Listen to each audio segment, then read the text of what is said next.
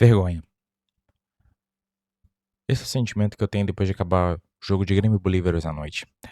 Vergonha, porque eu, quando falo sobre as estatísticas aqui, sou uma pessoa que tô junto com vocês, analisando o contexto do jogo, olhando para as estatísticas e falando as coisas.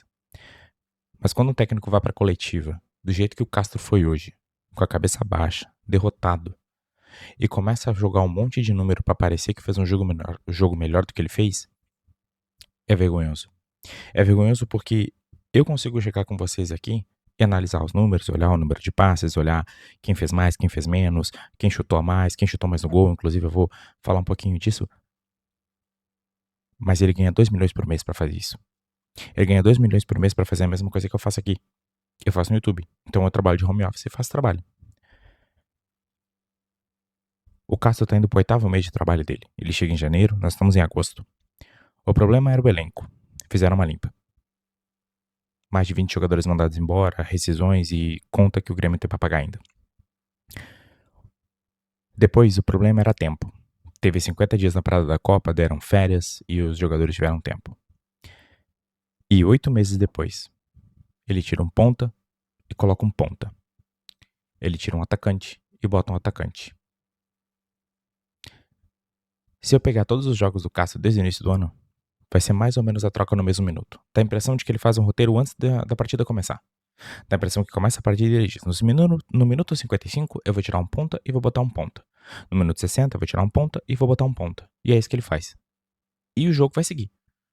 Porque quando você tá atrás do resultado, você tá jogando pra reverter um resultado que não foi tão ruim, todo mundo comemorou lá na Bolívia.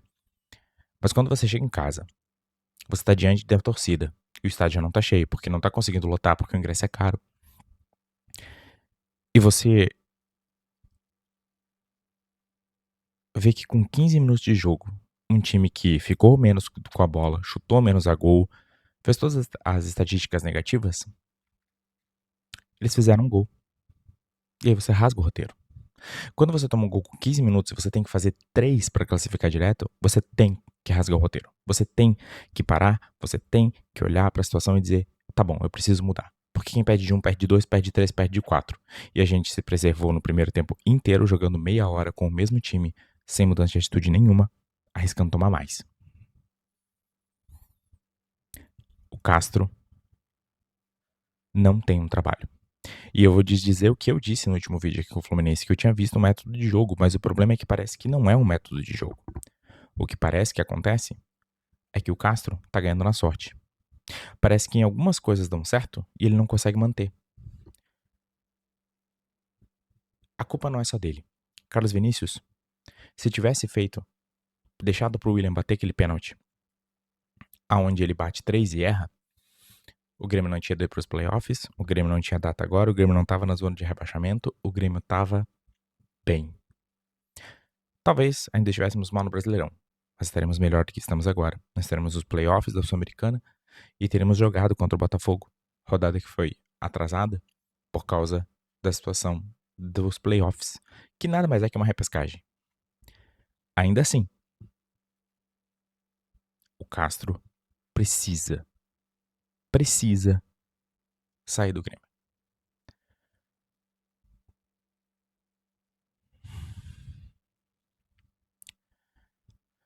Quando o técnico vai pra coletiva e diz: eu acho que o meu time merecia ganhar, e ele estava sentado no banco, isso é um problema. Quando ele acha que ele vai trocar as peças do jeito que for e que as coisas vão dar certo fazendo sempre a mesma coisa contra adversários diferentes dentro de casa, você vai ouvir a torcida vai ao seu nome. Você vai ver a torcida gritar o nome de um ídolo. E eu não acho que a torcida tá pedindo o Renato. Eu acho que foi uma mera expressão de sai Castro, vem outra pessoa. Eu acho que foi algo assim. Mas independente, a torcida mostrou que ela não tá contente com o Castro. E eu diria que a maioria da torcida não tá contente com o Castro. Porque quando o Rafael Lima vai e na zona mista ele dá uma entrevista dizendo: o trabalho tá bom, mas o resultado não tá aparecendo, eu me pergunto o seguinte: se fosse na sua empresa e você contratasse um diretor financeiro, um diretor de vendas, comercial, marketing, o que é que seja, e em 8 meses ele não faz nada, e pelo contrário, Você tá vendo que você tá indo pro buraco, vai dar ruim no final do ano. Você vai chegar e dizer não, mas ele vem trabalhar. O trabalho tá sendo feito. Vamos deixar no lugar? Não. Mas o Grêmio é um clube e o clube não é meu. Eu estou gestão. Então, você começa a ter outro tipo de visões em cima disso. Mas vamos olhar os números, já que os números são tão importantes para o Castro. Vou citar alguns números aqui para a gente dar uma olhada nesse jogo. E esse jogo, para mim, é a prova perfeita de que números de forma fria, como eu sempre digo para vocês, números frios não servem para nada sem contexto de jogo. Porque se a gente for olhar, o Grêmio teve mais de. Se a gente olhar, por exemplo, o primeiro tempo, o Grêmio teve 71% de posse de bola. 71% de posse de bola. Se olhar no geral, o Grêmio ficou com a bola 65% do tempo e 35%. O problema é que o Grêmio não sabia o que fazer com a bola. O Grêmio passou 550 vezes. Nossa, que número maravilhoso. Pois é, quantos desses passes foram para trás? Quantos desses passes foram passe pé na bola, ou rola, volta pro goleiro, chute para frente? Porque se o Grêmio fez 551 passes e acertou 482, perdão, significa que tem 70 passes errados aí. 70 passes errados. Para nível de comparação, o Bolívar passou 302 vezes. É um quarto dos passes do Bolívar foram errados. Isso é muita coisa. Isso é muito passe errado. E até na coletiva foi chamada a atenção do Castro pelo número de passes errados e ele realmente isso está acabando com o volume de jogo.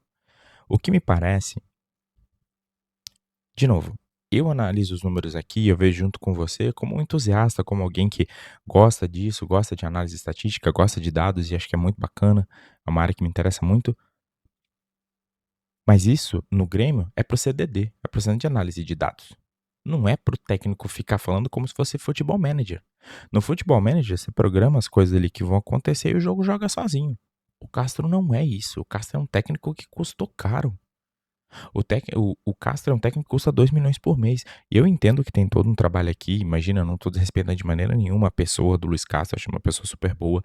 Mas o meu problema tá em quando o resultado não vem pro campo e querem passar uma imagem pra torcida de não, o trabalho tá acontecendo. Bom, se o trabalho tá acontecendo, então por que não abre o treino? Abre o treino. Aí foi dito numa pergunta, acho que foi a Nicole Jovic que fez a pergunta, ela disse que se o Castro, acho que não foi ela que fez essa pergunta, mas alguém perguntou assim, se você defendeu os jogadores, se os jogadores iriam te defender. E ele falou, bom, você tem que perguntar pro jogador, e aí eu devolvo. Então vocês vão abrir pra imprensa poder falar com o jogador?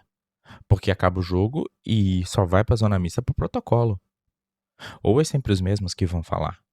E que não necessariamente a torcida quer cobrar. Quem é que vai cobrar o Everton? Quem é que vai cobrar o Vila Sante? Estão voltando agora, o Everton acabou de vir da Copa, é um dos grandes heróis desse primeiro semestre do Grêmio. Tirou o Grêmio de estar numa situação muito pior. Então vai abrir para que a gente possa ir lá conversar com a torcida? O torcedor possa ir lá conversar com o jogador? Vai abrir para a imprensa poder filmar o treino, para poder olhar, para poder comentar, para poder questionar o jogador? Não, não vai. Então é só uma resposta vazia. É só para dizer, próxima pergunta. Porque a coletiva de imprensa muitas vezes é isso. É só próxima pergunta, pronto. Comprou o protocolo, agora eu vou embora. Só que o torcedor, muitas vezes, fica nessa situação de não saber o que fazer. O torcedor é quem sofre. O torcedor é quem é chacoteado. O torcedor é quem passa a vergonha, a humilhação no meio da rua. O torcedor é quem paga a consequência do seu clube tá indo para sua 4ª Série B. Eu não acredito que o Grêmio vai cair. Como eu sempre digo, eu sou um torcedor iludido. Eu acredito que o Grêmio consegue sair dessa.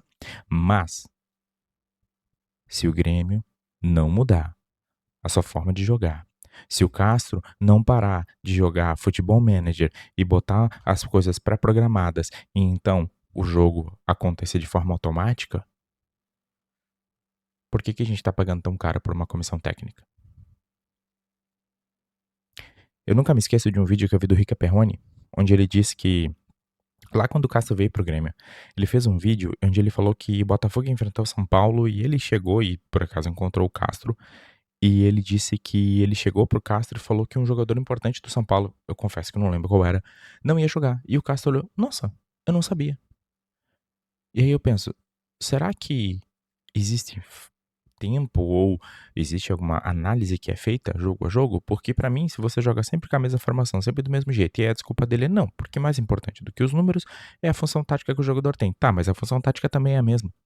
E se todo jogo você bota os mesmos jogadores pra fazer a mesma função tática, me parece que você não tem um estudo sobre o adversário, que você não se adequa. Só que nós não somos o Real Madrid pra jogar sempre do mesmo jeito, nós não somos o Barcelona, nós não somos a seleção da Espanha. Nós somos o Grêmio de Porto Alegre, que é um grande time gigantesco. Somos gigantescos.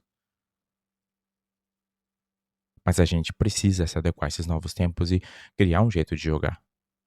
Do outro lado, lá da beira do lago, eles estão fazendo isso e conseguiram empatar com o Flamengo em casa, coisa que a gente perdeu. A gente perdeu pro Flamengo aqui, mas o Flamengo foi lá e não conseguiu. E foi, sinceramente, se vocês analisarem o jogo, o Inter mereceu ter ganhado, porque jogou muito. E aí a gente vai rir de novo, tentar rir deles que vão cair, no fim quem vai cair vai ser a gente?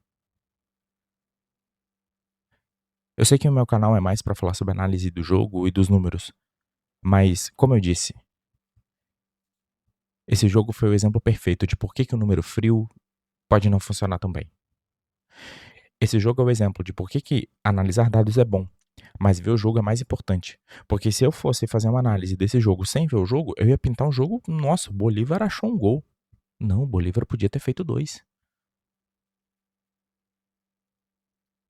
E eu não quero falar de erros individuais aqui, eu podia citar que o Kahneman falhou mais uma vez no lance, e eu acho que o Kahneman precisa repensar sua carreira, ele precisa, de repente, pensar se não é melhor ele parar de manchar sua imagem de ídolo e parar.